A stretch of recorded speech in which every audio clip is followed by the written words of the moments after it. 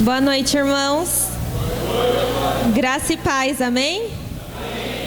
Eu gostaria de ler com vocês o versículo 8 do capítulo 3 de Mateus. Amém? Mateus, capítulo 3, versículo 8. Troquei a ordem, confundi os irmãos, né? Que tem a ordem certa. Amém? Agora o pastor achou.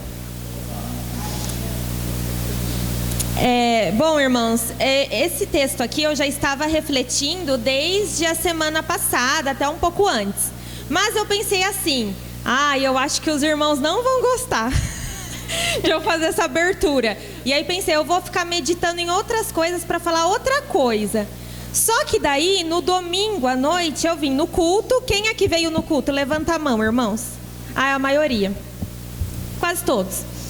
E aí o pastor Felipe falou sobre ser nova criatura. Aí tomei aquele tapa na cara, né? E pensei, meu Deus, tem tudo a ver com o que eu já estava refletindo durante a semana. Então é isso mesmo, é isso que eu vou falar. Amém? Vamos ler. Deem fruto que mostre o arrependimento. Amém? Aqui, irmãos, no contexto, naqueles dias, João Batista, ele estava pregando no deserto, falando: arrependam-se, arrependam-se, porque o reino dos céus, ele está próximo.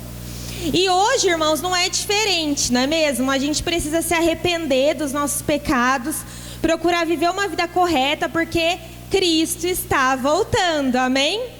E a igreja tem que estar preparada, a noiva de Cristo tem que estar preparada para esse casamento lindo, amém?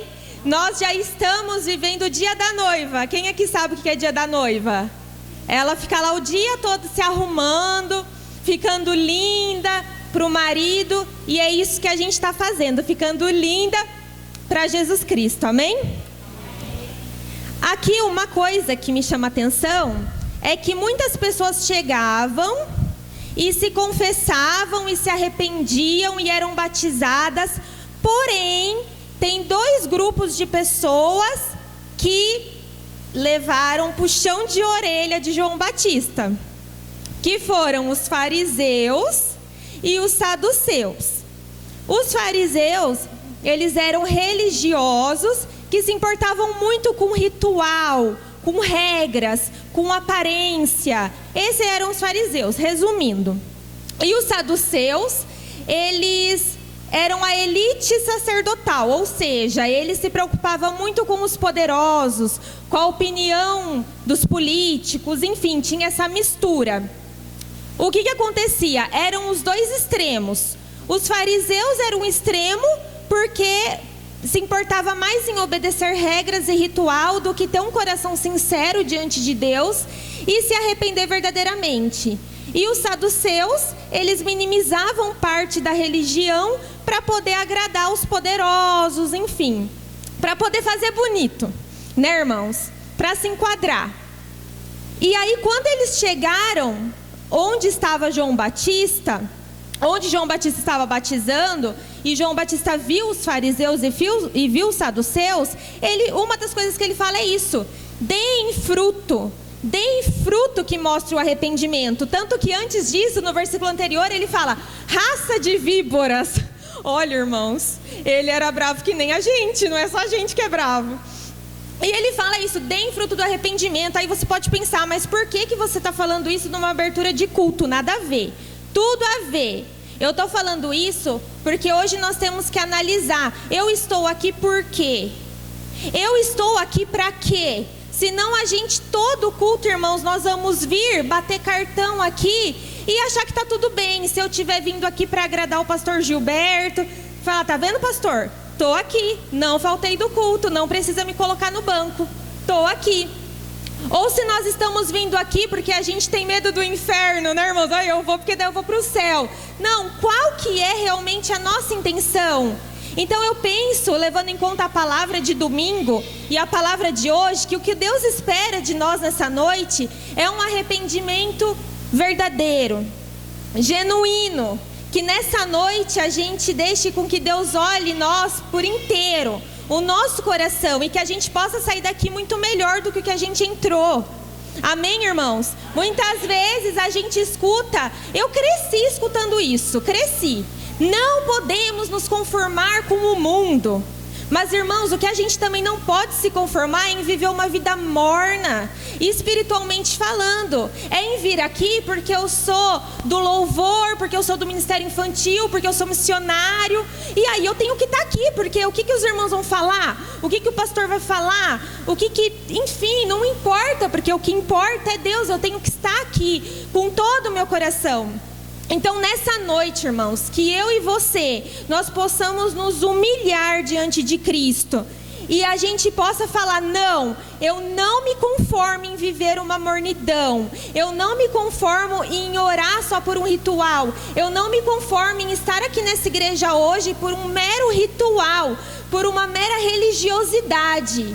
Eu não vou fazer uma meta de vir toda quarta-feira na igreja em 2023 por um ritual. Não, eu vou porque eu quero uma mudança na minha vida, porque eu quero ter um relacionamento com Cristo de verdade. E isso independe da minha posição dentro da igreja ou não, de eu ser crente ou não, porque o que importa é Cristo na minha vida. Amém, irmãos? O que importa não é a nossa religião, o que importa é Cristo. E é para Ele que a gente vai olhar nessa noite. Então, a hora que você for louvar, que você for cantar, irmão, erga a sua voz, cante com todo o seu coração, crendo que Deus vai transformar a nossa vida de uma forma que a gente vai sair daqui cheio da glória do Senhor, cheio do Espírito Santo na nossa vida e poder transbordar isso para as pessoas lá fora. Amém? Amém. Vamos orar. Senhor, nosso Deus e nosso Pai, nós te louvamos e te agradecemos por estarmos aqui, Pai. Nesta noite nós queremos nos humilhar diante de Ti, Senhor. Nós queremos pedir perdão, perdão pelos nossos erros, perdão pelas nossas falhas, perdão por toda e qualquer frieza espiritual, Senhor. Perdão, meu Deus, por muitas vezes, Senhor, nós deixarmos a religião falar muito mais alto do que a nossa fé em Ti, ó Pai. Em nome de Jesus Cristo, que nós não nos conformemos, Senhor, em viver, ó Pai, uma vida medíocre, porque nós seguimos a um Deus grande, a um Deus poderoso, que fez coisas grandes lá atrás e que continua fazendo coisas grandes, firmes. Pai, em nome de Jesus Cristo, enche o nosso coração com a Tua presença, aceita o nosso louvor e que da nossa boca venha o perfeito louvor, Senhor, em nome de Jesus Cristo, Pai. Que nós sejamos cada dia, Pai, mais cheios da Tua presença, mais sensíveis à Tua voz. Aquilo que o Senhor tem para falar conosco nessa noite, Pai, que caia num terreno fértil, meu Deus, que produza bons frutos, Senhor. Que a gente tenha atitudes, ó Pai, que glorifiquem ao Teu santo nome e não que te envergonhem, meu Deus, porque nós somos testemunhas do Senhor aqui nessa terra, Pai. Então, em nome de Jesus, ó Deus, que o Senhor olhe para nós e que o Senhor se agrade de nós, ó Pai, porque tudo que o Senhor podia fazer de melhor por nós, o Senhor já fez. O Senhor se entregou na cruz do Calvário pelas nossas vidas. Nós somos lavados, nós somos remidos, Senhor, e nós glorificamos ao Teu nome por isso. Nós somos pagos por preço de sangue, ó Deus. Nós somos valiosos, nós somos nação santa, eleita, Senhor, por Ti, ó Pai. Então nos perdoe.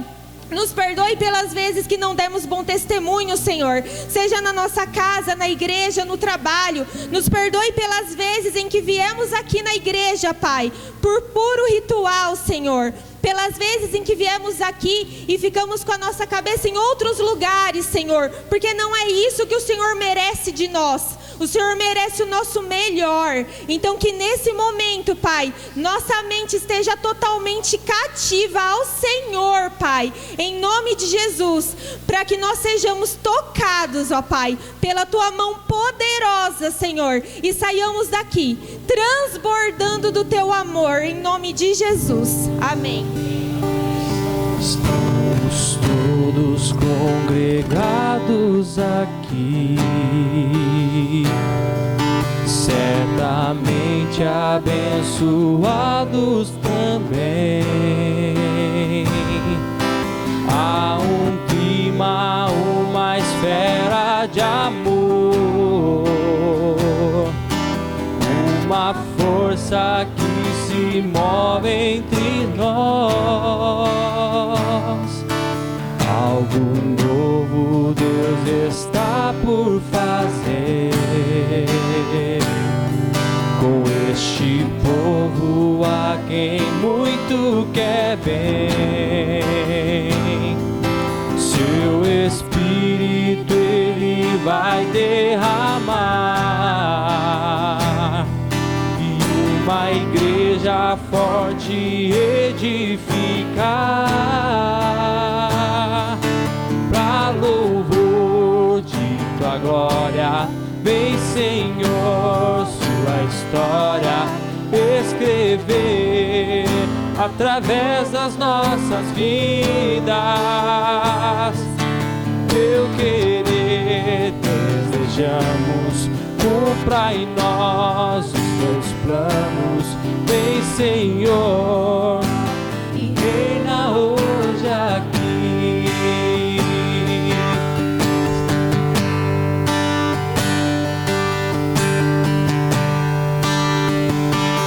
Estamos todos congregados aqui,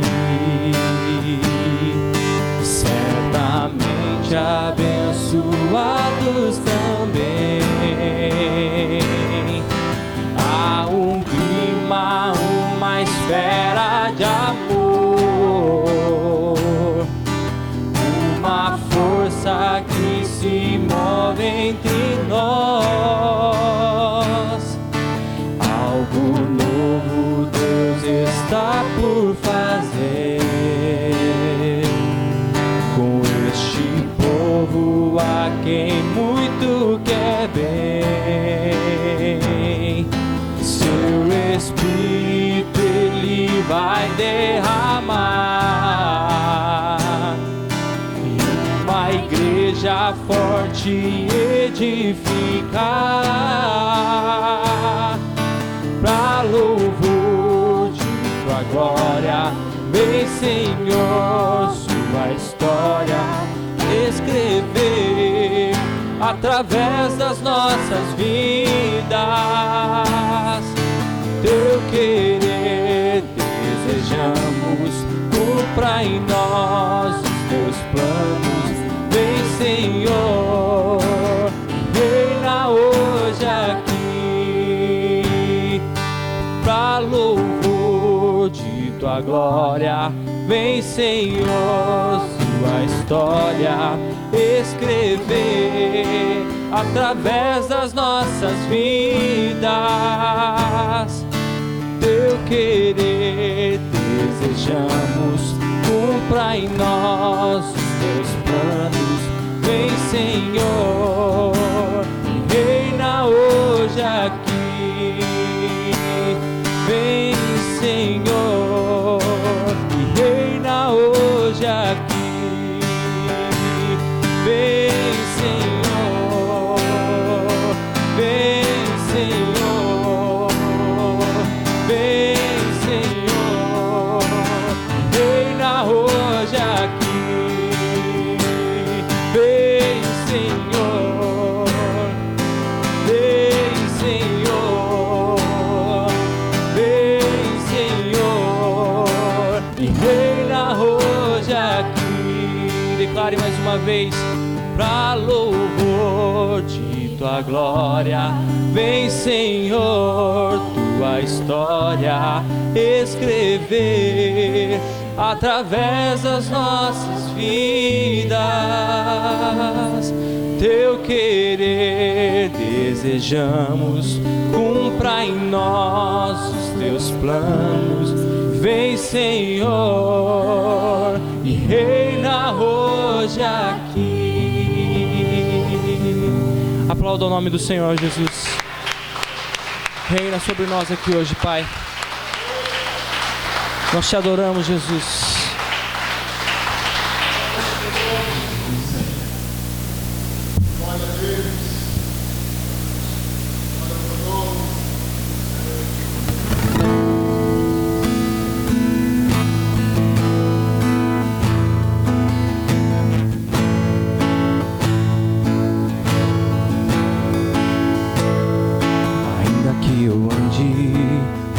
vale, da sombra da morte. O teu amor lança fora o medo. Ainda que eu me encontre bem no meio das tempestades da vida, eu voltarei, pois perto estás. Eu não temerei o mal, pois o meu Deus comigo está. Se o meu Deus comigo está, a quem temerei, a quem temerei. Oh não, nunca me deixou na tempestade ou na paz. Oh não, nunca me deixou quando bem ou quando mal. Oh não, nunca me deixou. Ó Senhor, nunca me deixou.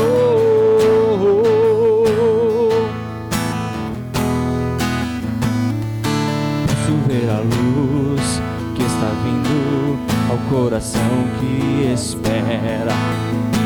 Incomparável, gloriosa luz. E haverá um fim aos problemas, mas até este dia sabendo que estás aqui, eu não temerei o mal, pois o meu Deus comigo está. E se o meu Deus comigo está, a quem temerei, a quem temerei. Oh não, nunca me deixou na tempestade ou na paz. Oh não, nunca me deixou quando bem ou quando mal. Oh não, nunca me deixou. Ó Senhor, nunca me deixou.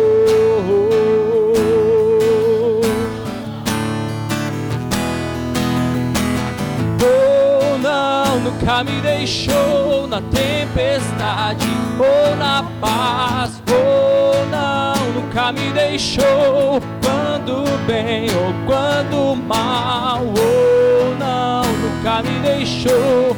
Ó Senhor, nunca me deixou.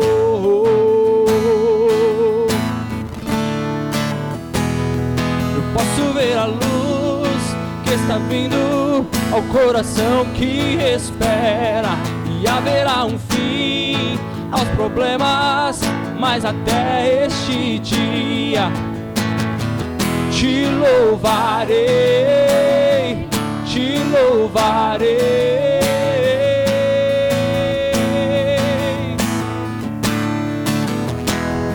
Eu posso ver a luz que está vindo ao coração que espera.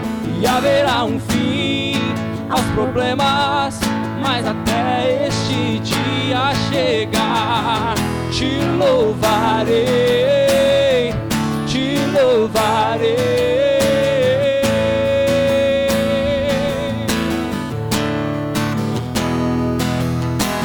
Oh não, nunca me deixou. Obrigado, Jesus. Oh não, nunca me deixou quando bem ou quando mal. Oh não, nunca me deixou. Ó Senhor, nunca me deixou. Você pode declarar mais uma vez. Oh não, nunca me deixou na tempestade ou na paz. Oh não, nunca me deixou quando bem ou quando mal. Oh não, nunca me deixou. Ó Senhor, nunca me deixou.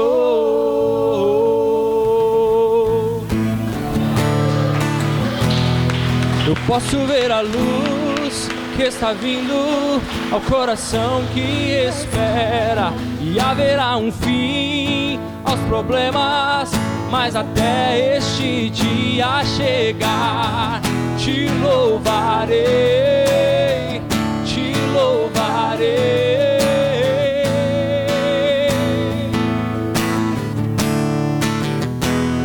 Eu posso ver a luz que está vindo ao coração que espera, e haverá um fim aos problemas. Nós aguardamos este dia, Pai. Este dia chegar, te louvarei. Nós te aguardamos, Jesus. Te louvarei. Te aguardamos, Jesus. Nós esperamos tanto, Pai, por este dia. Nós esperamos tanto por um dia onde não haverá mais dor, Senhor Jesus. Obrigado por manter a nossa esperança e a nossa fé, Senhor. Nós te louvamos, te entronizamos, Pai, aqui neste lugar. Amém.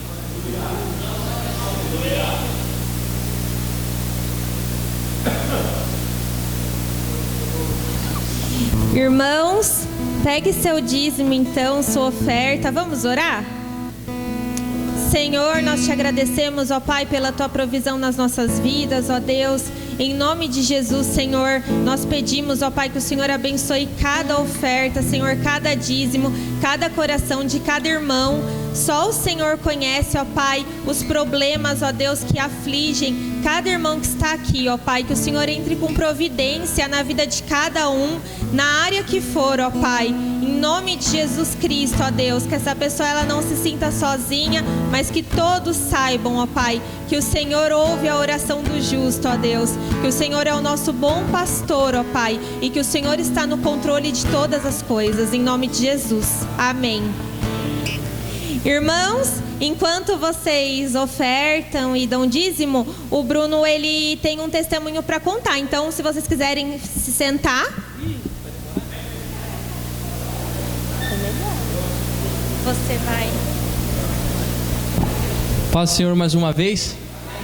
Deus abençoe. Olha só, senta porque vem o Bruno agora. Complicado, né? Eu vou tentar ser rápido.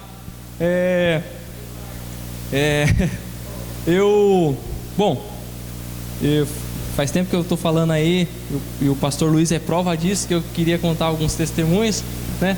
Então eu vou contar 2 dessa vez, e acredito que se Deus quiser aí no próximo culto eu conto mais 2 aí para alegrar a sua vida.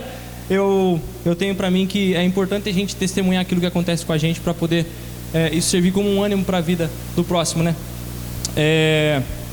Primeiramente eu quero contar um testemunho a respeito justamente desse momento do dízimo da oferta, que por um período difícil que eu passei do ano retrasado ao ano passado, por um bom tempo eu fiquei sem dizimar e sem ofertar. E eu posso dizer para vocês que a minha vida piorou muito em vários aspectos nesse período. Muito. Eu não sou ninguém que prega a teologia da prosperidade, nada, mas eu prego a fidelidade de Deus quando a gente é fiel com Ele também. E isso eu pude presenciar na minha vida, tanto de dívidas que eu fiquei de um período que eu sofri um acidente da empresa onde eu trabalhava, quanto à saúde e várias outras coisas que ocorreram nesse período. E aí, só que eu ficava muito incomodado com aquilo, porque eu aprendi isso desde criança. Os meus pais me ensinaram a dizimar e ofertar. E aí teve um momento que eu falei, não, eu preciso fazer isso. E foi um dos momentos mais difíceis da minha vida, porque o tempo todo eu pensava que aquele dinheiro ia fazer falta para mim. E não vou falar que foi muito fácil fazer isso no primeiro mês que eu decidi retomar essa atitude. Foi bem difícil. Parecia que ia piorar um monte, mas a graça do Senhor foi para com a minha vida, e eu pude ver nos meses seguintes oportunidades aparecerem. Uma delas foi de eu negociar um aumento de salário com os meus gestores na empresa onde eu trabalho, e tipo assim, eu não tive nada contra. Tipo, os caras foram lá e na negociação, na verdade não foi uma negociação, eu coloquei aquilo que eu senti que era justo e foi aceito. Foi uma das primeiras coisas que eu vi acontecer com pouco tempo que eu comecei a dizimar. Em segundo, eu falei, eu sou uma pessoa meio controlada com as contas, e eu falei, eu quero resolver as dívidas neste ano, que no caso era ano passado. Eu quero resolver essas dívidas neste ano, se Deus quiser, e coloquei como meta, lógico, resolver tudo aquilo que eu tinha de dívida. Não era um valor exorbitante, mas me incomodava. E assim, eu não... nesse período aconteceram algumas coisas que eu acabei não conseguindo arcar com todas, mas eu digo que uns 85% a 90% do valor que eu devia, eu consegui acertar antes de fechar o ano. Outra coisa que eu coloquei diante de Deus no ano passado, que eu estava precisando de um veículo, porque aqui na nossa região realmente ter um carro não é um luxo, acaba sendo uma necessidade, principalmente dependendo das funções que você exerce. E no meu trabalho eu via bastante a necessidade já de ter um veículo, que nesse período, numa época lá atrás, eu tinha vendido um veículo e passei por uma empresa onde eu ficava com o veículo da empresa. Então aí quando eu saí dela para mudar, que também foi resposta de uma oração, quando eu mudei de emprego, eu fiquei sem o veículo. Ganhei emprego, mas fiquei sem um meio de transporte. Foram alguns meses meio difíceis. Eu já era acostumado a caminhar, mas eu aprendi a caminhar muito mais. Mas o Senhor me deu força e saúde para passar por isso. E assim, eu coloquei diante de Deus, falei, preciso disso, Senhor. O Senhor sabe que eu não sou uma pessoa que ora por bens materiais. Eu vou atrás deles. Eu acho que é o que a gente tem que fazer para alcançá-los, né? E o Senhor, eu comecei a fazer um esforço em prol disso. E aconteceu que os meus gestores chegaram em mim e falaram assim, quer dizer, o dono da empresa chegou em mim e falou assim, eu quero te ajudar a comprar um veículo. Foi bem assim que aconteceu. Aí eu fiquei meio receoso, né? Falei, não gosto dessa situação, é meio chato e tal. Mês que veio um pouco, mas eu vi que eu estava precisando. Um mês e meio depois eu cheguei a ele, a gente conversou de novo. Ele falou, aí, você não vai querer e tal? Eu falei, não, beleza, vamos ver aí, vamos tocar para frente essa conversa. Aí, foi muito interessante que eu tive a oportunidade de o dono de uma média grande construtora da região me colocar do lado do carro dele e ir comigo escolher um carro, e ele me ensinar, porque ele vem desse ramo de veículos, né? Ele me ensinou a escolher. Foi muito interessante essa oportunidade, né? E ali eu acabei criando um vínculo maior com ele. E ele não me estipulou um valor. Eu, que sabendo quanto ganho e não querendo ficar com aquela pendência por muito tempo, eu botei um valor X e a gente negociou o carro. Eu consegui um bom desconto porque ele pagou à vista e a empresa pagou o carro para mim e eu pago o carro para a empresa num valor que para mim não pesa. Ficou muito bom de manter o veículo. Foi uma coisa que eu vi como resposta de Deus. Peguei esse veículo e comecei a pegar vários outros serviços particulares, né? Que me faltava um meio de transporte para resolver. Foram abrindo portas e portas e até esqueci qual era o primeiro testemunho. Enfim, consegui isso também no ano passado. É que eu ia contar no começo do ano e acabei não contando, cara. E uma coisa que fazia um bom tempo que eu estava correndo atrás, desde quando eu me casei, eu perdi essa oportunidade. Em 2016 no começo de 2016, eu tinha ganhado uma bolsa para estudar fora da cidade. Eu trabalhava em Sorocaba e estudava fora. Não era tão longe, né? Era em Itu aqui, mas era cansativo. Eu estava com o casamento marcado e eu acabei perdendo o emprego porque a construtora onde eu trabalhava, ela teve que mandar todo mundo embora. E eu fiquei alguns meses sem conseguir emprego fixo. Nesse período eu trabalhava 2, 3 turnos por dia. Era uma loucura para conseguir tirar um bom valor no dia. Um valor que naquela época atendia as minhas necessidades. Só que para isso era muito exaustivo. Era 2 turnos, 2 turnos no mesmo dia. Era 2 turnos de um trabalho, sabe, um bico, alguma coisa assim, para conseguir fazer alguma coisa, para arcar com os custos que eu ia ter do meu casamento e entre outras coisas. Eu me desfiz de um veículo para eu não ficar endividado. Eu acredito que foi uma coisa que Deus me deu sabedoria de tomar essa decisão, porque eu não sei se eu ia conseguir depois, quanto tempo eu ia demorar para conseguir sanar aquela.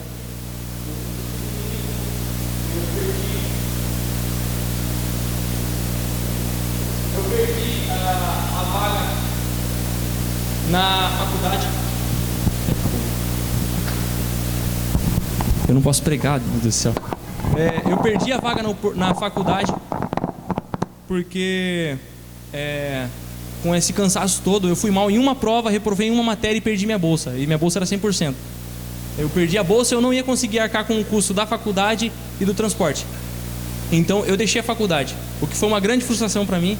Eu posso dizer com muita propriedade isso, porque na minha adolescência um dos meus maiores sonhos era cursar a faculdade, cara. Eu tinha esse sonho. Isso foi em 2017, eu acabei saindo.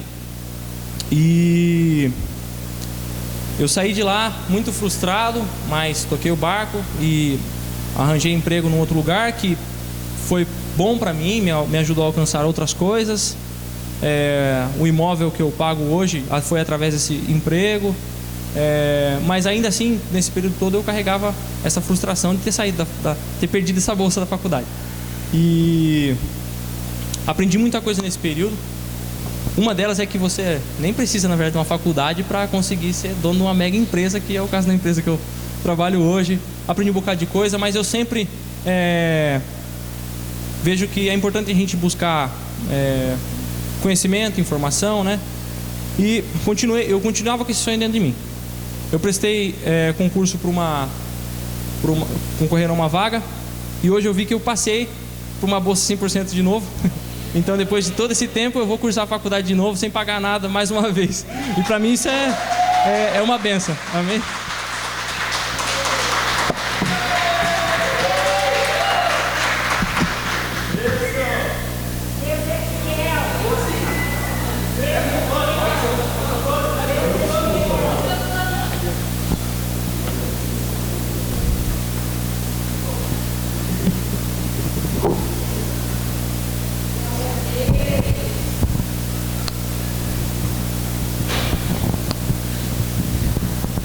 Boa noite, igreja, graças e paz. Eu vi ele vindo, eu pensei que ele ia testemunhar também. Eu veio só buscar o microfone, pensei que você ia testemunhar. Amém, glória a Deus. Eu tenho um versículo na Bíblia que eu gosto muito dele, que Paulo ele diz assim: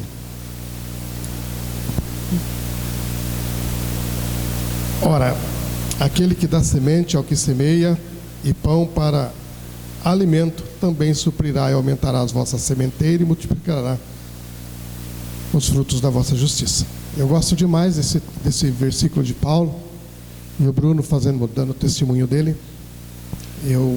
Mais uma vez, esse versículo vem confirmar por quê.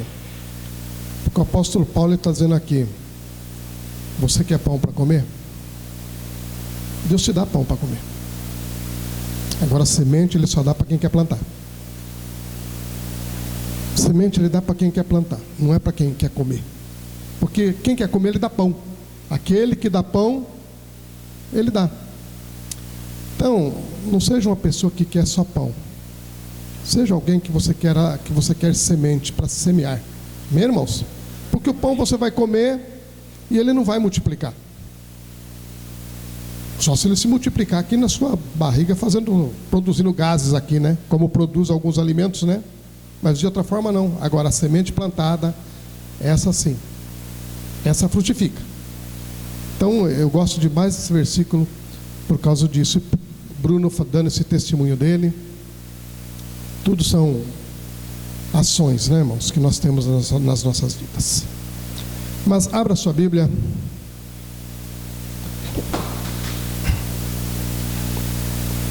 Livro de 1 Reis.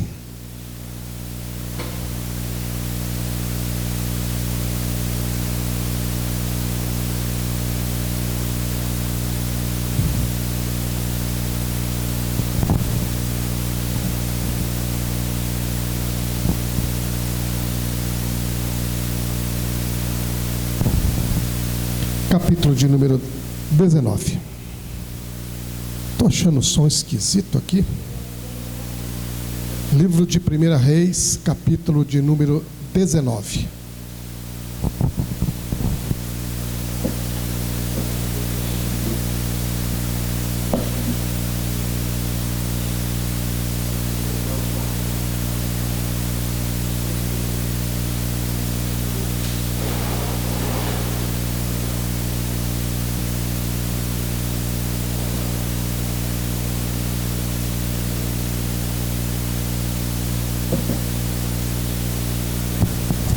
Todos acharam? Bem, Acabe fez saber a Jezabel tudo quanto Elias havia feito e como matara todos os profetas à espada. Então Jezabel mandou um mensageiro a Elias a dizer-lhe: façam meus deuses como lhe aprouver, se amanhã, a esta hora, não fizer eu a tua vida como fizeste a cada um deles. Temendo, pois, Elias levantou-se para salvar sua vida, se foi. Chegou a Berseba, que pertence a Judá, e ali deixou seu moço. Ele mesmo, porém, se foi ao deserto, caminho de um dia, e veio e se assentou debaixo de um zimbro, e pediu para si a morte, e disse: basta, toma agora, ó Senhor, a minha alma, pois não sou melhor do que meus pais. Deitou-se e dormiu debaixo do zimbro. Eis que um anjo tocou e lhe disse: levanta-te e come. Olhou ele e viu junto à cabeceira um pão cozido sobre pedras em brasa e uma botija de água. Comeu, bebeu e tornou a dormir. Voltou a segunda vez o anjo do Senhor, tocou e lhe disse: levanta-te e come, porque o caminho te será sobremodo longo. Levantou-se, pois, comeu e bebeu, e com a força daquela comida caminhou 40 dias e 40 noites até Horebe, o monte de Deus. Ali entrou numa caverna onde passou a noite. E eis que lhe veio a palavra do Senhor e lhe disse: que fazes aqui, Elias? Ele respondeu: tenho sido zeloso pelo Senhor, Deus dos exércitos, porque os filhos de Israel deixaram a tua aliança e derribaram os seus altares, e mataram os teus profetas à espada, e eu fiquei só, e procuram tirar minha vida. Disse-lhe Deus: sai e põe-te neste monte perante o Senhor. Eis que passava o Senhor, e um grande e forte vento fendia os montes e despedaçava as penhas diante do Senhor. Porém o Senhor não estava no vento. Depois do vento um terremoto, mas o Senhor não estava no terremoto. Depois do terremoto um fogo, mas o Senhor não estava no fogo. E depois do fogo, um cício, tranquilo e suave. Ouvindo Elias, envolveu o rosto no seu manto e saindo, pôs-se à entrada da caverna. Eis que veio uma voz e lhe disse: que fazes aqui, Elias? Ele respondeu: tenho sido em extremo zeloso pelo Senhor Deus dos exércitos, porque os filhos de Israel deixaram a tua aliança, derribaram os teus altares e mataram os teus profetas à espada. E eu fiquei só, e procuram tirar minha vida. Disse-lhe o Senhor: vai, volta o teu caminho para o deserto de Damasco, e, em chegando lá, unge a Azael, rei sobre a Síria. A Jeú, filho de Ninsi, ungirá rei sobre Israel, e também Eliseu, filho de Safate, de Abel-Meolá, ungirás profetas em teu lugar. Quem escapar a espada de Azael, Jeú o matará. Quem escapar a espada de Jeú, Eliseu o matará. Também conservei em Israel 7.000 todos os joelhos que não se dobraram a Baal, e toda a boca que o não o beijou. Amém? Uma leitura um pouco comprida, longa, né? Mas é um texto bastante conhecido. E a leitura da palavra do Senhor por si só, ela é maravilhosa. É um texto que você não precisa de muitos atenção para você entender. O profeta Elias, um homem muito reconhecido pelo povo judeu. E esse texto eu acho importante eu desde manhã eu toda vez que eu vou ministrar, eu começo pelo Novo Testamento. Sempre. O primeiro livro que eu vou é no Novo Testamento. Mas depois, aí numa direção diferente, eu vou para o Velho Testamento. E esse texto veio ao meu coração. E eu gostaria de compartilhar com você nessa noite. E gostaria de pensar com você nessa noite sobre isso. A questão de Elias e algumas atitudes que ele teve. E eu gostaria de salientar algumas coisas nesse texto para nós nessa noite que são muito importantes, irmãos, porque quando você pega o texto, e o texto ele foi escrito em um momento, houve uma necessidade de Deus levantar um homem ou enviar a palavra dele a um homem para aquele momento que estava se passando. E isso acontece por conta do cuidado de Deus e por conta do grande empenho de Deus no sentido de cumprir aquilo que ele fala. Eu ouvi um dia, já faz algum tempo, eu ouvi uma ministração de um pastor, né? Nessa época que eu ouvi, era um pastor que ele estava sem muita evidência. Hoje ele não está muito em evidência, porque o pastor, ele tem que tomar muito cuidado na vida dele, né? Porque se ele começa a trazer para ele uma glória que pertence ao Senhor, você como líder, você como pastor, você como cristão, toma muito cuidado com isso.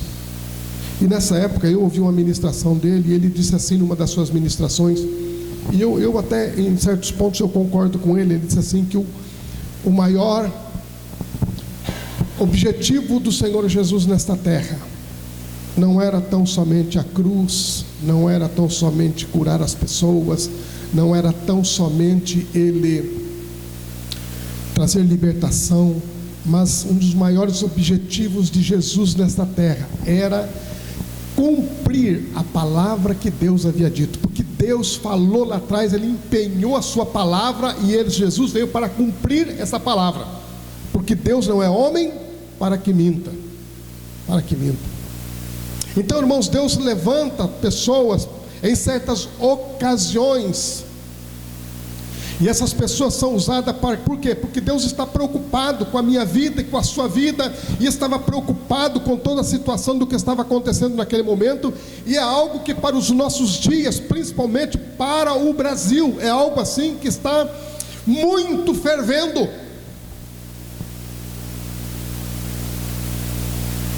Nós temos um novo presidente eleito no Brasil, que não tem a simpatia de um número exorbitante de pessoas no país, e por conta disso estão acontecendo convulsões dentro da nossa nação, estão acontecendo coisas que não deveria.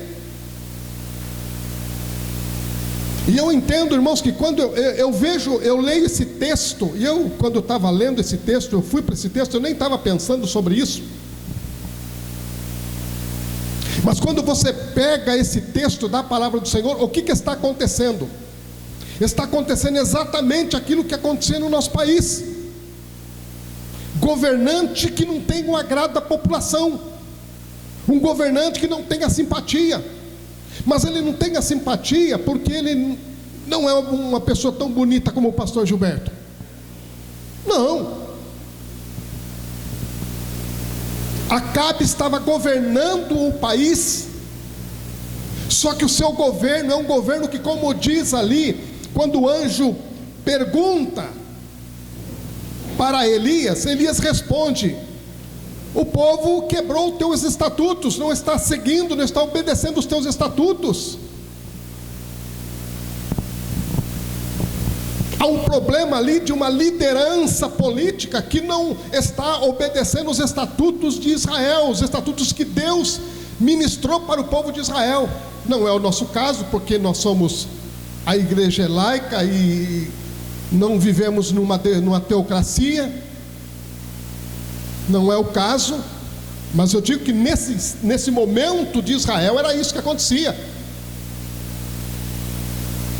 E esse homem, esse profeta, homem de Deus, ele está vendo o que está acontecendo na sua nação, especificamente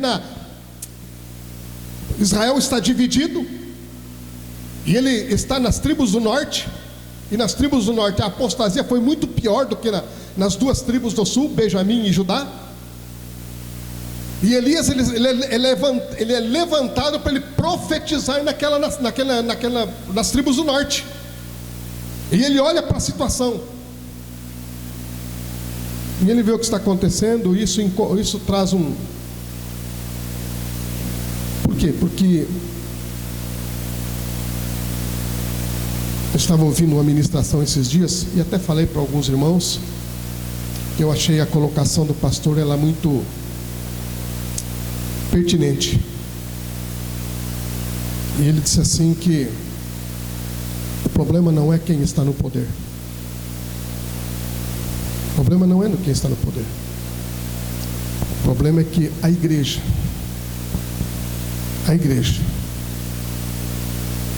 que deveria fazer alguma coisa, ela não faz. Mas ela não faz não no sentido de pegar bandeiras, pegar em armas e sair gritando. A igreja precisa exercer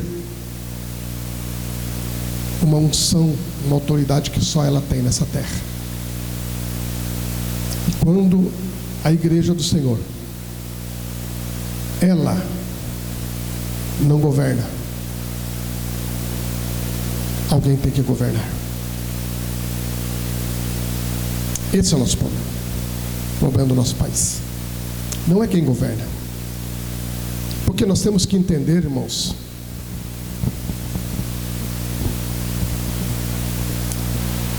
que o governante hoje ele está lá, amanhã ele não vai estar.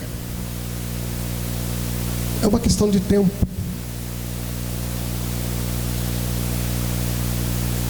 Mas a igreja sim.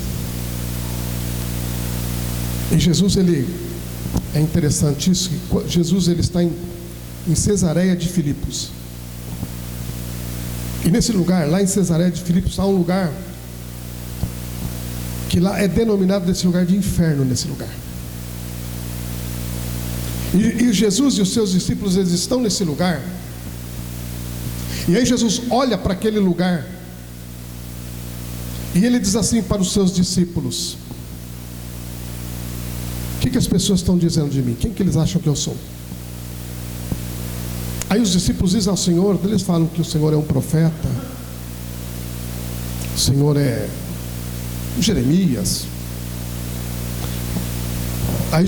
Aí Pedro diz: tu és o Cristo. Pedro diz: tu és o Cristo, Filho de Deus vivo. E Jesus olha para aquele lugar onde se denomina, que ali tem a denominação de inferno, para aquele lugar, e diz assim, olha para lá e diz para os seus discípulos: tu és. Depois olha para Pedro e diz assim: tu és Pedro. Tu és Pedro. E sobre esta rocha, apontando para ele, não para Pedro, não para Pedro, e sobre esta rocha eu edificarei a minha igreja. E ele olha para aquele lugar chamado, que tem por deram o nome de inferno, e olha para ele e diz assim: e as portas do inferno não prevalecerão contra a minha igreja. Não prevalecerão. A igreja, irmãos, ela precisa exercer o seu papel. Enquanto ela não exerce o papel, alguém vai exercer. E é isso que está acontecendo no nosso país. Então Elias, ele é levantado para profetizar num tempo aonde não é que a apostasia, a rebelião, ela ia se instalar. Porque foi isso que nós achávamos no meio do ano passado, ou no final do ano. A rebelião em Israel já estava sedimentada naquele lugar. A rebelião nas tribos do norte já estava concluído ali. Já estava estabelecido naquele lugar.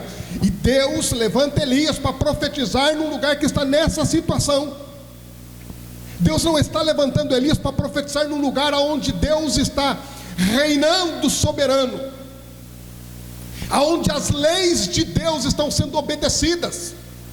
Deus levanta Elias para profetizar num tempo de caos social.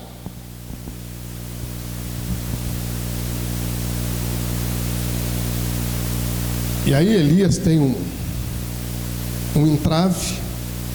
Depois desse entrave ele vai se esconder.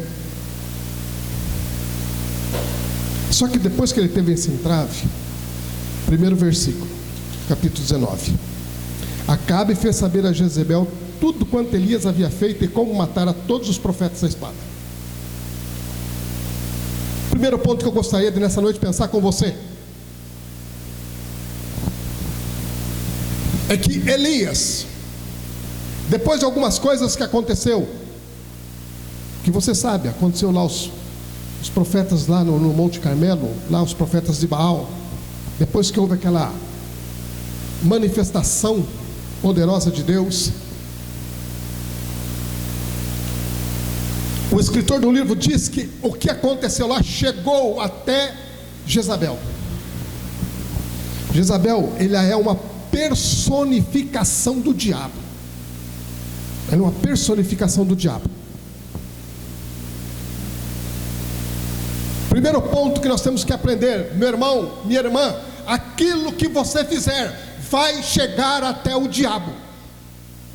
Aquilo que você fizer, seja bom ou não seja bom, seja grande ou seja pequeno, aquilo que você fizer vai chegar até o diabo. Ele vai ficar sabendo. Ele vai ficar sabendo. Ele vai ficar sabendo que você jejuou. Ele vai ficar sabendo que você, hoje ela leu a Bíblia um pouco mais do que ontem. Ele vai ficar sabendo que hoje você ficou menos na internet. Ele vai ficar sabendo o que você fizer, vai chegar nos ouvidos dele. Vai chegar.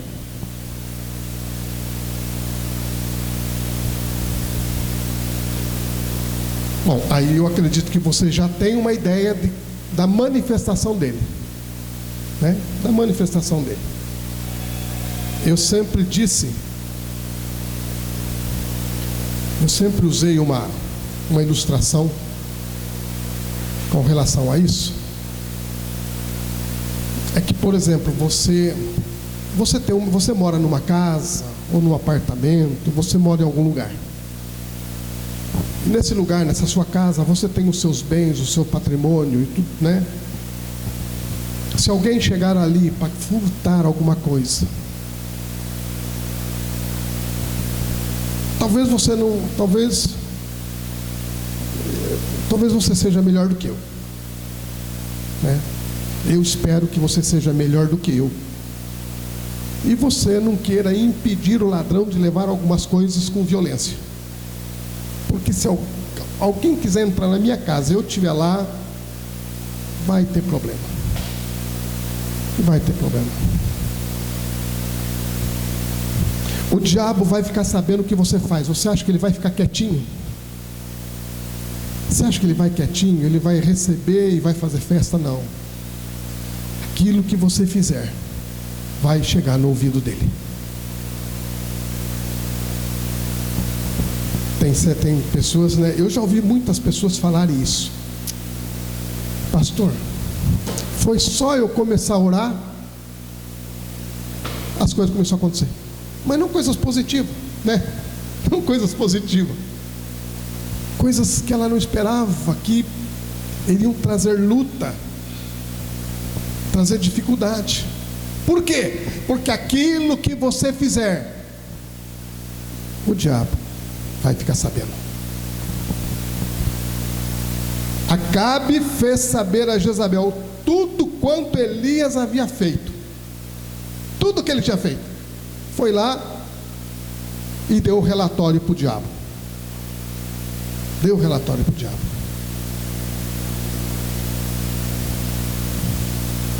Aí os irmãos conhecem a história, né? Não quero entrar muito nela, porque a gente já ouviu muitos comentários sobre isso, né?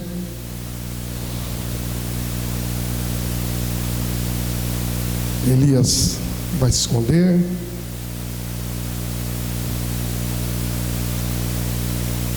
E Deus vai ao encontro de Elias. Porque Deus sempre vai ir ao teu encontro, meu irmão. Sempre. Ele sempre vai vir ao teu encontro. Ele não vai deixar passar. Deus sabia. Essas coisas é meio óbvio, né, a gente falar, né? Porque tem certas situações que parece que eu não sei, né? Jesus, o Senhor aqui chega para Elias e pergunta: Elias, o que você está fazendo aqui? Será que Deus não sabia o que Elias estava fazendo ali?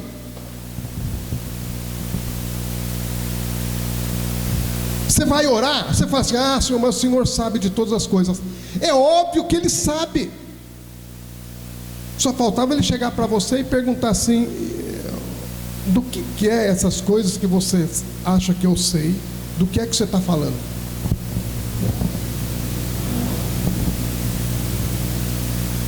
E o Senhor vai aí ao encontro de Elias, queridos, por quê?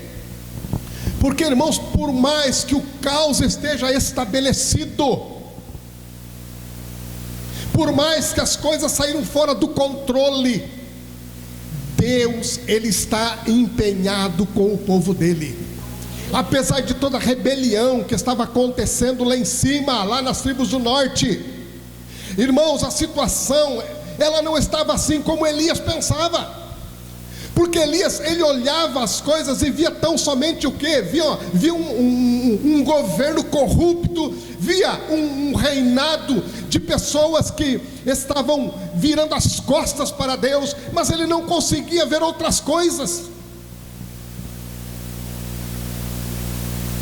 E é o que acontece conosco muitas vezes, não conseguimos enxergar além. Muitas vezes não conseguimos enxergar o óbvio, né? E o Senhor vai ao encontro de Elias. Porque Deus, queridos, Deus ele tem um projeto, queridos, Ele tem um plano, Ele tem algo estabelecido, que foi estabelecido. Não foi há 2000 anos atrás, quando Jesus veio à terra. O que Deus estabeleceu, os planos dele são antes da fundação do mundo. Eu inclusive já ministrei sobre isso aqui. São antes da fundação do mundo. E muitas vezes nós achamos que Deus perdeu a conta do tempo. Ele se perdeu. Às vezes eu não sei os irmãos, né? Eu tenho dia assim que eu acordo, principalmente começo de semana, irmãos.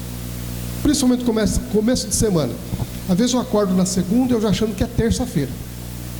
Tem dia que é terça, eu acho que é segunda. Ontem mesmo eu achei que era segunda-feira.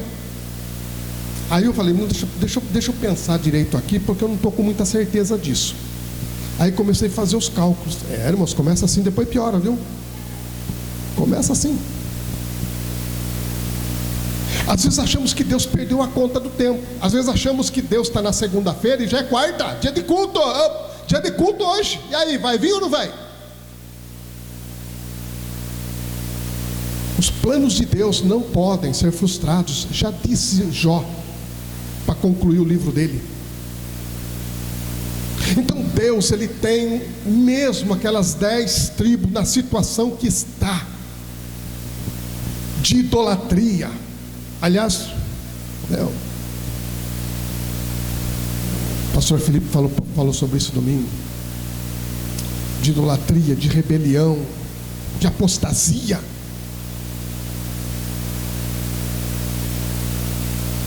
A situação, irmãos, não tem a ver com o que está acontecendo no mundo, tem a ver com o que está acontecendo conosco. Não tem a ver o caos, não tem a ver com o que está acontecendo lá fora, tem a ver o que está acontecendo conosco. Ezequiel, ele diz que a destruição que aconteceu em Sodoma e Gomorra, irmãos, não foi por causa do pecado. Nós temos a mania, era uma cidade mergulhada no pecado. Não, Ezequiel diz que o que faltou em Sodoma foi generosidade. O que faltou em Sodoma e Gomorra foi amor, foi perdão, foi reconciliação. Foi isso que faltou. Então, queridos, não tem a ver. Só que, para que a coisa aconteça, para que as coisas voltem para o rumo, como diz o pessoal, para que o trem volte para o trilho, é preciso que eu e você sejamos curados, sejamos tratados, sejamos tomados por Deus, para que isso venha acontecer. E aí, a dificuldade. Por que a dificuldade? Porque aí Deus fala para Elias, depois de ter conversado com Elias, né?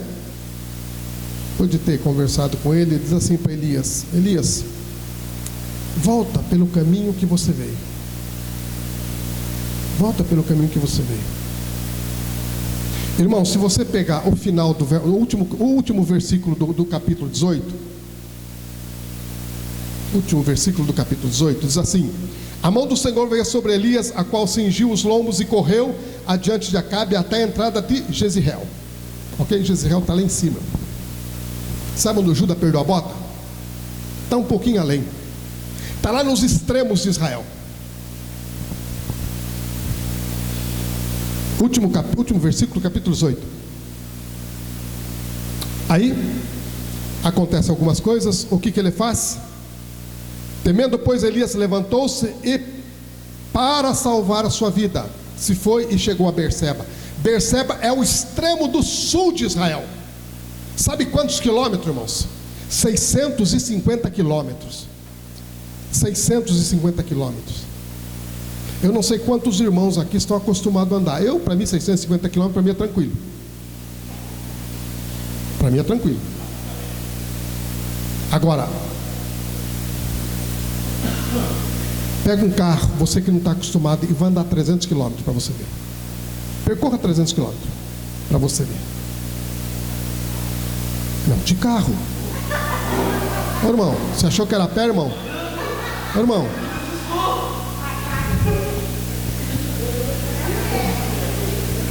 O texto fala que Acabe correu e a distância foi de 25 quilômetros, que ele correu acompanhando a carruagem de Acabe. Então aí é um milagre de Deus. É um milagre. Não, eu estou falando de carro, irmãos. Mas roda 300 quilômetros para você ver só. Roda 300 quilômetros. Se você passar por dentro de São Paulo ali, então aí é pior. Acabe, ele andou 650 quilômetros porque ele estava em fuga. Elias, desculpe, ele estava em fuga. Só que ele anda 650 quilômetros, e daí, quando você pega o texto, ele diz assim o texto, terminando, né, o verso 3, que ele foi a Berseba, que pertence a Judá, e ali deixou o seu moço, ele mesmo, porém, foi ao deserto. Ele andou mais um pouquinho ainda, porque ele foi para o deserto. Pense num cara que estava com medo, hein? Eu não sei se você já sentiu medo da sua vida, mas pensa num cara que estava com medo. Não sei qual foi a movimentação dele, não sei, porque de carro eu sei que ele não foi. De helicóptero muito menos. Ou foi a cavalo, porque já havia cavalos na época, mas também não era assim um sistema de transporte lá que eles usavam muito, talvez mais camelos e mulas, né, e jumentos, né? Não sei, mas o fato é que ele correu tudo isso daí.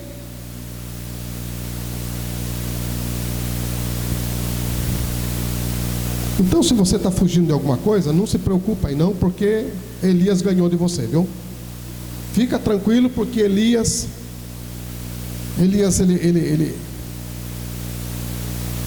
mas Deus vai ao encontro dele e diz assim: volta pelo mesmo caminho. Eu não sei por que caminhos você andou, mas Deus diz para você: volta pelo mesmo caminho. Não tem esse negócio de pegar um desvio. Não tem, irmãos. Não tem esse negócio de pegar um atalho, volta pelo mesmo caminho. Por quê? Porque eu preciso estabelecer algumas coisas. Aquilo que eu preciso fazer ainda não está completo. O que tem que ser feito precisa ser feito.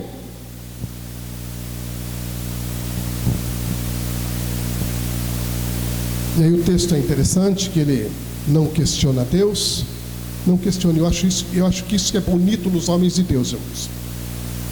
Eu acho que isso que é bonito em todos aqueles que você pega Jonas, né? Fez uma bobagem lá, mas depois Deus falou com ele e acabou dizendo: tá bom, eu vou, me joga na praia lá então, eu vou. Obedeceu a voz do Senhor, não ficou questionando.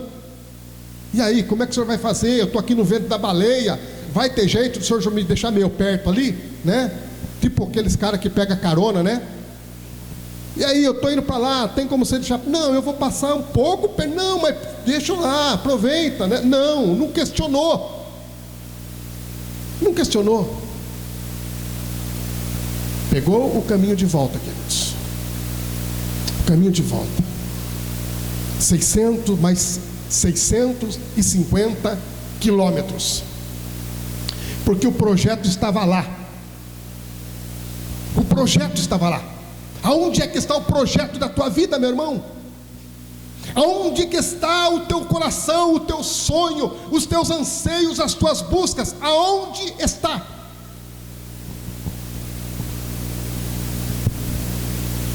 Aonde estiver, volta pelo mesmo caminho.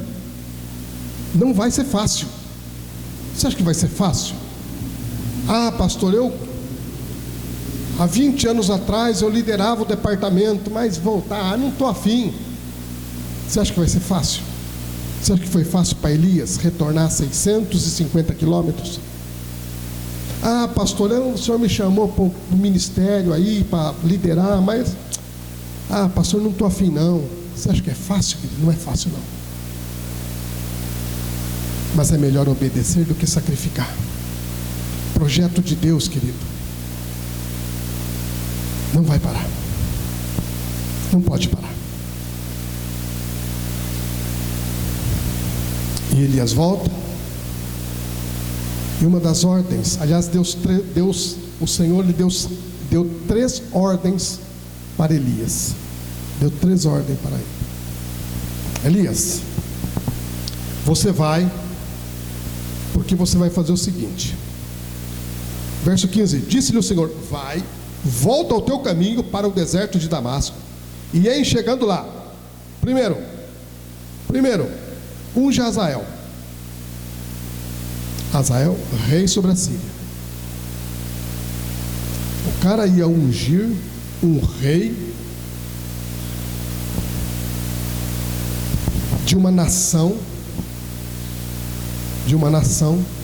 que iria pegar o povo de Israel e levar para o cativeiro. Não é fácil, irmãos. Não é fácil. Eu sempre digo aqui que nós temos que orar pelo nosso presidente, né? Eu sempre digo isso. Eu não sou partidário dele, nunca votei nele, e se tiver eleição, eu não vou votar nele. Não vou votar nele. Nem que ele se converta, eu vou votar nele. Porque eu sei que ele não vai se converter. Ah, pastor, como sabe? Fique tranquilo que eu sei. Ele não vai se converter. Mas eu tenho que orar por ele, porque a Bíblia me manda orar por ele.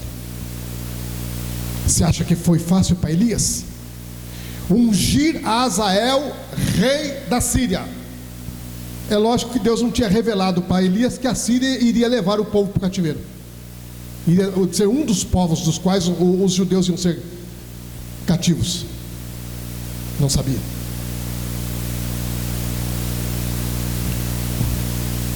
Segundo, você vai ungir também a Jeú, filho de Ninsi, ungirá sobre o rei, sobre Israel. Se você acompanhar a história, o texto, aí você vai ver lá na frente como que esse Jeú se tornou rei. Eu não vou entrar aqui, não vou prolongar a ministração sobre o que aconteceu. Mas depois, se você continuar a leitura, você vai ver o que esse homem fez para se tornar. E Deus manda Elias ir lá e ungir esse cara. Que Deus faz algumas coisas, irmãos, que a gente não entende. E sempre vai ser assim. A Bíblia diz que quando Davi foi lutar contra o gigante, uma das bênçãos que Davi ia ter, qual era?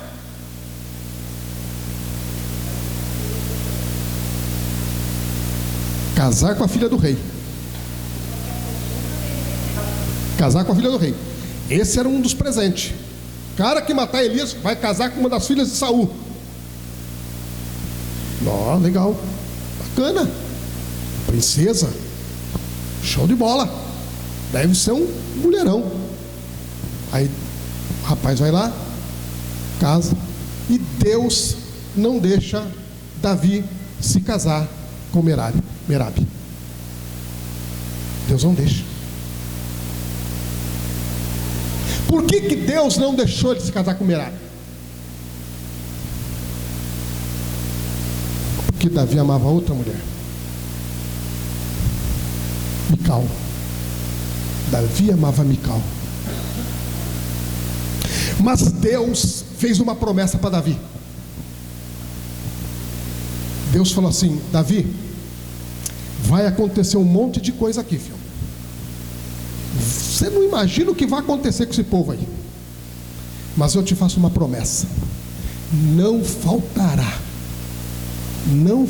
um herdeiro teu no trono. Não faltará. Sabe por que Deus não permite que Davi se case com Merabe? Porque ela dá um filho para ele. Ia dar um filho para ele. E a Bíblia diz que por conta de uma besteira que Josué fez lá atrás, um pessoal chegou e falou: nós queremos tantos filhos de Saul, porque ele quebrou um juramento. O filho de Davi com Merabe seria sacrificado nesse julgamento, que Deus permitiu. Porque quando eles vão consultar a Deus, o Senhor fala assim: pode entregar os filhos de Saul. São 40 filhos, parece, não me lembro o número de filhos. 40 filhos ou 40, não me lembro o número, a quantidade. O filho de Davi com essa mulher, que seria o primogênito, não herdaria o reino de Davi. Deus, irmãos, Deus sabe lá na frente.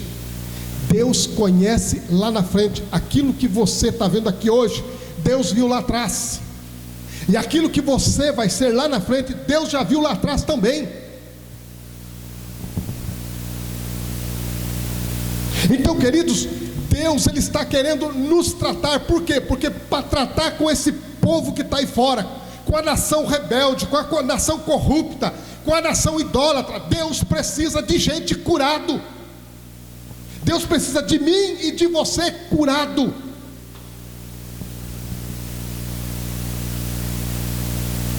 E aí Elias vai lá: tá bom, vou tomar o caminho de volta. Deus disse assim para Elias, irmãos, olha o texto. Deus disse assim para Elias: o que você vai fazer? Você vai chegar lá, você vai ungir Azael, depois você vai ungir Jeú, e depois você vai ungir Eliseu, ok?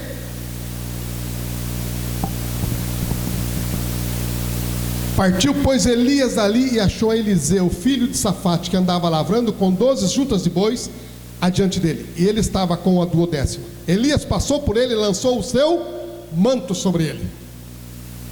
A primeira coisa que Elias faz, irmãos, não é ir lá ungir a Azael, não é ir lá ungir a Jeú.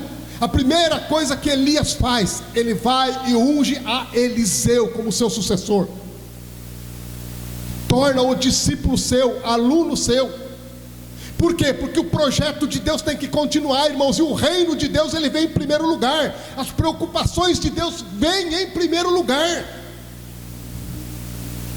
O projeto de Deus na sua vida vem em primeiro lugar. As outras coisas vêm a reboque, irmãos. Nós temos que aprender isso. As outras coisas vêm a reboque. Bruno testemunhou nessa noite. Alguma coisa incomodava. Então vamos fazer o certo. Outro dia o pastor Felipe pregou aqui, dizendo que você pode ter 1000 intenções. 1000 intenções. Só que se você não tomar frente, e você não for e agir, vão continuar sendo somente intenções. Vamos continuar. Eu posso ter, irmão, a intenção de ler a Bíblia no ano. Vou começar o ano lendo a Bíblia. Eu posso ter a intenção esse ano de jejuar, de orar. Eu tenho a intenção essa noite de ganhar almas para Jesus. Transforma a intenção em atitudes. Por quê? Porque o reino de Deus, o projeto de Deus vem em primeiro lugar. Elias, ele sabia disso. O que é que ele faz? Ele sabe, então eu preciso fazer o quê? Vou primeiro ungir Eliseu, porque as outras coisas virão a reboque. E depois Elias nem unge ninguém. Nem unge ninguém. Se você for lá para frente, você vai ver que Eliseu, o seu aluno, ele deu continuidade ao quê? Ao projeto de Deus. Ao projeto de Deus. E aí o projeto de Deus se cumpriu. Eliseu foi lá, ungiu o Jeú.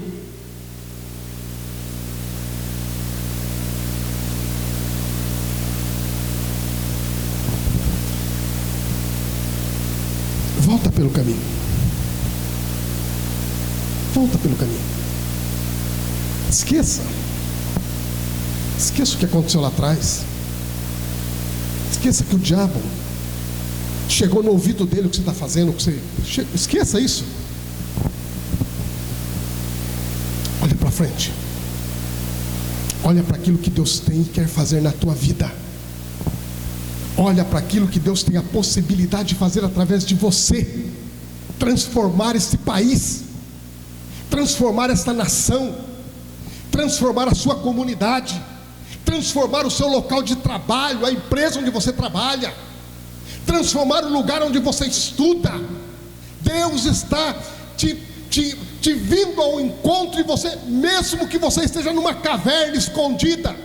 Deus está vindo ao teu encontro, porque Ele precisa. Porque Ele precisa. Sabe, irmãos, é fácil. Eu acho que seria fácil para Deus. Ele faz o seguinte: manda um anjo em cada cidade, rebenta tudo. Rebenta tudo. Manda um anjo em cada cidade. Mas, irmãos, esse caminho já foi tentado. Esse caminho, Deus já fez ele. Deus já fez esse caminho e sabe que não resolve. Quando Deus coloca o pessoal na arca e mata todo mundo, não é esse caminho? Vão matar todo mundo? Não é mais fácil? É mais fácil para nós. Aquela solução simplista: mata todo mundo. Mas não é esse o modo de Deus trabalhar, queridos. Não é esse o jeito de Deus trabalhar. Deus precisa de você, queridos, porque a obra dele não pode parar. Amém? Vamos colocar em pé.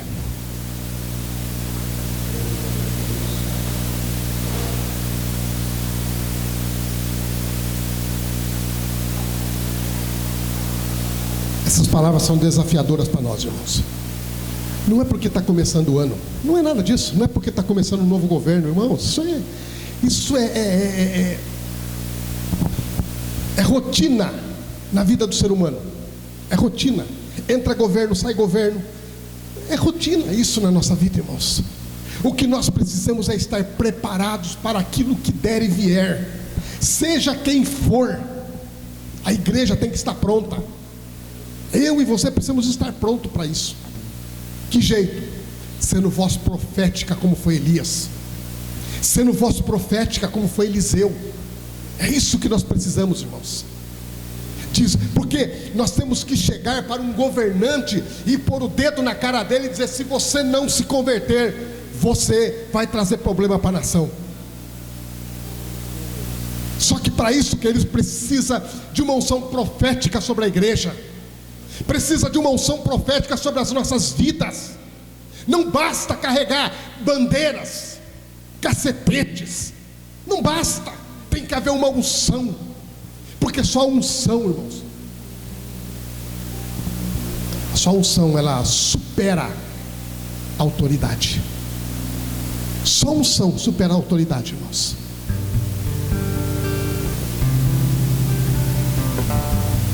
Quando José estava no Egito, a autoridade era o faraó, mas José tinha a unção de Deus.